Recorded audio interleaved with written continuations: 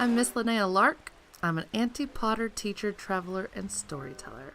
Thank you so much for joining us on Illustrate Away, a place and community for artists. So I've been an art teacher for about 13 years now, and something that happens no matter where I've lived, no matter where I've taught, is that kids come into the classroom and they have doubt and they have fear, and when they show their artwork, it's very vulnerable and kids tend to shut down.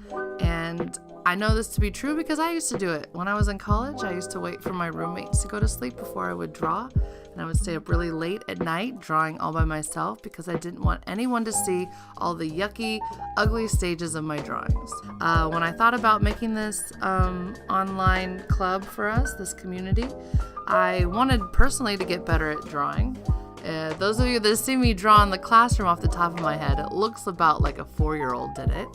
And so I am pretty good at looking at things and drawing things that I can see, but what I really want to get better at is my mastery of drawing so that I don't have to look at something. I can draw something from just muscle memory. I can draw something because I've studied it before. And so that's why I'm wanting to do this club. I'm wanting to get my 10,000 hours in. So you guys have probably heard this idea that 10,000 hours, give or take, can make you a master at anything. So whether you're a woodworker, a potter, a drawer. So the idea is that you put the hours in, you do the work, and then you're better for it. Everybody has to put in a significant amount of effort, whether they're naturally talented or they're not. If you're not naturally talented, it's going to take you a little bit longer. If you are naturally talented, don't squander it. You still got to put the hours in. You still got to practice. You got to do it every day. And so I'm wanting to build a community of artists, people who are dedicated to encouragement and growth. And I want us to share our experiences, the good and the bad. I want us to be able to connect with each other. So this is how it's going to work. We have 5 work days a week. I'm keeping my weekends for myself. And what we're going to do is every night we're going to do a drawing. And every night has a different theme. So that way we're not always drawing one thing again and again. And I see this a lot with my kids in class, and that is that they really like drawing faces. So their sketchbooks are littered with heads and sometimes bodies, but usually just faces. Some kids don't even get to the whole face. They just focus on eyeballs for like 10 years of their life. So what I'm hoping that we can do is that we don't just stick to one thing. We don't get really good at just drawing cats or just drawing anime characters or just drawing whatever it is that you like to draw. Horses. There's always a horse girl among us.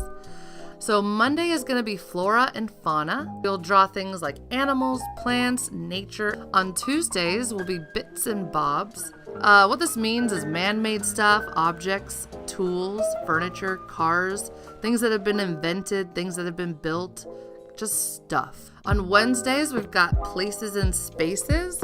I think this is probably one of the most necessary days. I get a lot of kids in my classroom who just draw one object or one person floating in the middle of a piece of paper. And what it needs is it needs a place to live in. It needs a space to be in. And so this is things like environments, landscapes, locations, any kind of location, whether it's indoor or outdoor, destinations, rooms, cityscapes. Then on Thursdays, we've got guys and gals. And so this is probably the hardest day. We're going to be focused on people, character design, clothing, faces, bodies. You can do hands and feet. Then on Fridays is Friday, so let's do something fun. We've got fantasy, and you can do fantasy anything. Fantasy can be any of the previous categories, but something about it is different or otherworldly. It's imaginary, it's fantastical or odd. You can throw some weird things together and just play and explore on Fridays. So just to recap, Monday is flora and fauna. Tuesdays is bits and bobs. Wednesday is places and spaces.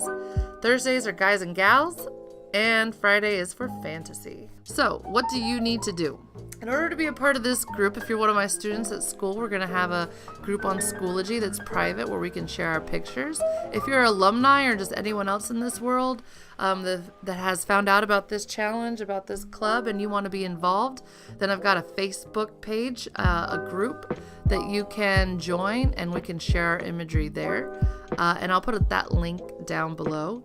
And so if you want to see these videos on a regular basis, you can subscribe. And what I really hope is that whether you're sharing your art in the club, in the community, or whether you're just doing it privately at home, is that you're putting in the hours. That you're not afraid, that you realize you're going to go through probably years of bad drawings before you get to good drawings. And I really do believe that if you critique yourself in a positive and encouraging way, that you're going to grow from it. And I really believe that. Even if you're not speaking, even if you're just looking and observing what other people your age or any age at any skill level are doing, you're going to see the people who are really good at it. You're going to get encouraged, hopefully. You're going to be like, oh man, I want to be there someday. And we can all learn and grow together. So thank you so much for watching. I hope you enjoy this video. I'm Miss Linnea Lark. Thank you so much.